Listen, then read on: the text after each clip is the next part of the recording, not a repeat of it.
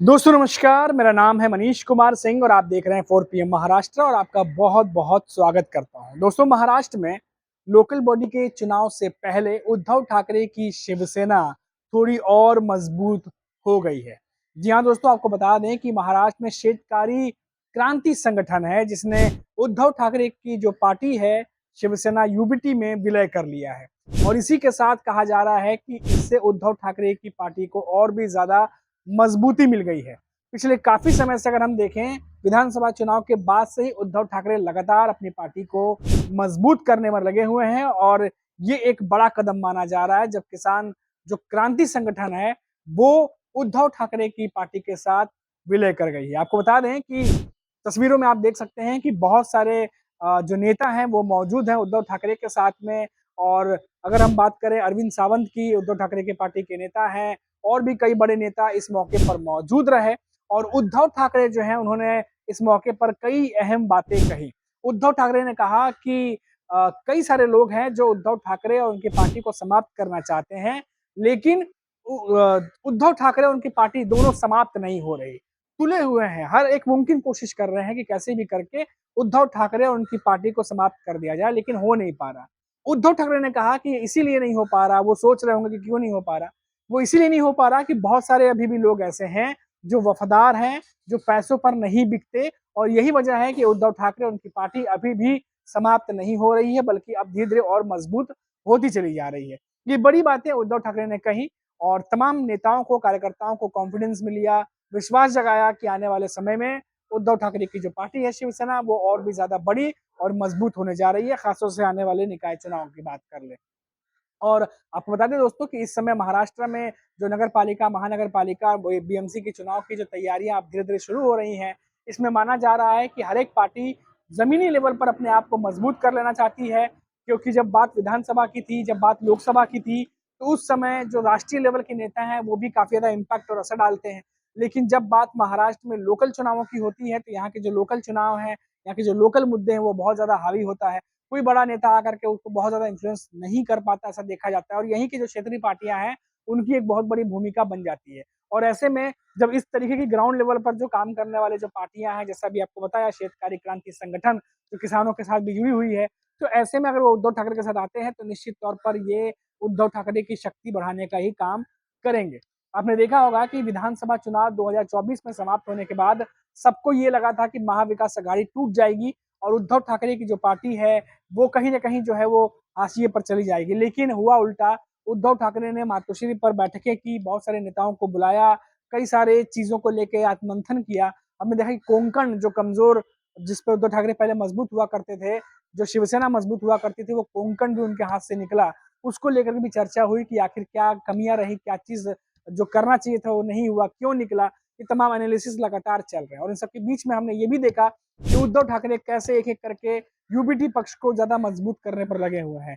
इसी का उदाहरण जो है वो राज ठाकरे को साथ में लाने वाली जो बात है वो देखी जा रही है कि उद्धव ठाकरे की शिवसेना की तरफ से जो एक प्रोएक्टिव अप्रोच था कि कैसे भी करके राज ठाकरे जो एमएनएस है उनको एक पेज पर लाया जाए, दोनों पार्टियां साथ आए और सभी ने देखा कि उसके बाद जिस तरीके से पॉजिटिव बयान राज ठाकरे ने दिया, उद्धव ठाकरे ने दिया, फिर दोनों साथ मिलकर के एक ही मुद्दे पर उन्होंने महायुति के सामने लड़ाई लड़ी और उसके बाद जब भाषा विवाद पर उनकी जीत हुई एक तरीके से, जब फडणवीस सरकार को फैसला बदलना पड़ा, तो राज ठाकरे, उद्धव ठाकरे ने इसी को अपनी जीत में तब्दील कर दिया, विजय रैली के तौर पर मनाया। और वो तस्वीरें आपको याद होगी जब दोनों नेता एक साथ एक मंच पर मौजूद थे और वहीं पर शरद पवार के एनसीपी की नेता सुप्रिया सुले भी मौजूद थी और एक तरीके से पार्टी के भीतर और जो एक तरह से एक बॉन्डिंग है, वो बॉन्डिंग तमाम स्टेज पर दिखाई दिया। सुप्रिया सुले, चाहे वो अमित ठाकरे हों, आदित्य ठाकरे हों, दोनों का हाथ पकड़ के साथ खड़ी कर रही थी, दोनों को साथ में ला रही थी और हर एक के चेहरे पर जो है वो मुस्कुराहट दिख रही थी। एक कोशिश थी लोगों को ये बताने की, कार्यकर्ताओं को ये बताने की कि न सिर्फ पार्टी लेवल पर बल्कि एक परिवार के लेवल पे भी हम लोग अभी जुड़े हुए हैं। और अभी हाल ही में तस्वीरें आपने देखी ही, चाहे वो उद्धव ठाकरे के परिवार में, राज ठाकरे के परिवार में, जो अभी हाल ही में फिलहाल फंक्शन हुआ था उसमें भी दोनों साथ दिखे थे। वहीं अगर हम बात करें शरद पवार के एनसीपी में, तो वहाँ भी पूरा परिवार साथ दिखा था। तो महाराष्ट्र की सियासत में हमेशा ऐसे चीजें बदलती रहती हैं, लेकिन यहाँ पर गौर करने वाली बात यह है कि जब उद्धव ठाकरे और राज ठाकरे दोनों एक साथ एक मंच पर नजर आए, तो उसके बाद काफी तस्वीरें महाराष्ट्र में बदली। महायुति के भीतर भी इस चीज को लेकर टेंशन पैदा हो गई कि क्या ये दोनों ठाकरे ब्रदर्स अगर एक साथ रहते हैं तो क्या उन्हें नुकसान होगा। उद्धव ठाकरे, राज ठाकरे भी इस बात को जानना चाहते थे कि दोनों साथ में आते हैं तो महाराष्ट्र में उन्हें फायदा होगा या नुकसान होगा। उसका उदाहरण उन्होंने देखा, उन्हें बहुत ज्यादा फीडबैक मिला। अब आने वाले समय में क्या दोनों साथ में मिलकर लड़ेंगे? तो अगर हम संजय राउत की बात माने तो हाँ, संजय राउत जिस तरीके से इशारा कर रहे हैं, ऐसा लग रहा है कि राज ठाकरे, उद्धव ठाकरे दोनों मिल करके आने वाले चुनाव हैं वो लड़ेंगे। यानी कि उद्धव ठाकरे की शिवसेना और एमएनएस दोनों मिलकर लड़ेगी, जिस तरीके से मुद्दों पर साथ मिलकर दोनों साथ में आए। अभी हमने 2 दिन पहले ही देखा कि राज ठाकरे जो है उन्होंने अपने कार्यकर्ताओं को भी संबोधित किया, पदाधिकारियों को भी संबोधित किया और ये बात उन्हें समझाई कि अगर 20 साल बाद हम दोनों भाई आ सकते हैं साथ में, तो आप भी साथ में आ सकते हैं। और साथ ही साथ कई कड़ी हिदायत भी राज ठाकरे ने अपने पदाधिकारियों को और कार्यकर्ताओं को दिया है। और आने वाले चुनाव में ऐसा लग रहा है कि लोकसभा चुनाव, विधानसभा चुनाव से सबक लेते हुए अब राज ठाकरे जो है उन्होंने थोड़ा सा अपना रास्ता बदल दिया है, क्योंकि लोकसभा चुनाव के दौरान वो बीजेपी के साथ दिख रहे थे, विधानसभा में भी कहा गया कि वो बीजेपी की बी टीम है, लेकिन महाराष्ट्र के चुनाव, जो लोकल चुनाव है, वो आते आते ऐसा लग रहा है कि वो महायुति के खिलाफ चले गए हैं, बीजेपी के खिलाफ चले गए हैं।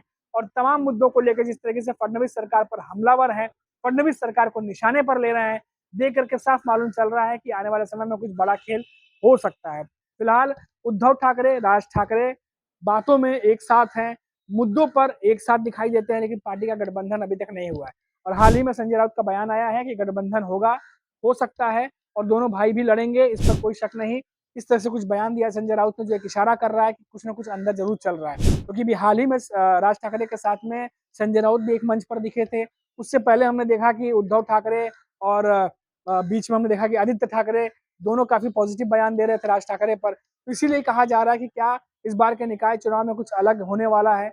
सबसे बड़ी बात नजर ये होगी कि उद्धव ठाकरे और आदित्य ठाकरे अगर महायुति में अगर बात करें, हमेशा खिलाफ बोलते हैं। बीजेपी के साथ बीच में हमने देखा कि फडणवीस के साथ, जो महाराष्ट्र के सीएम है, उनके साथ उनकी बैठक हो रही थी, और दूसरी तरफ राज ठाकरे के साथ वो बीजेपी के खिलाफ लड़ने की बात करते हैं।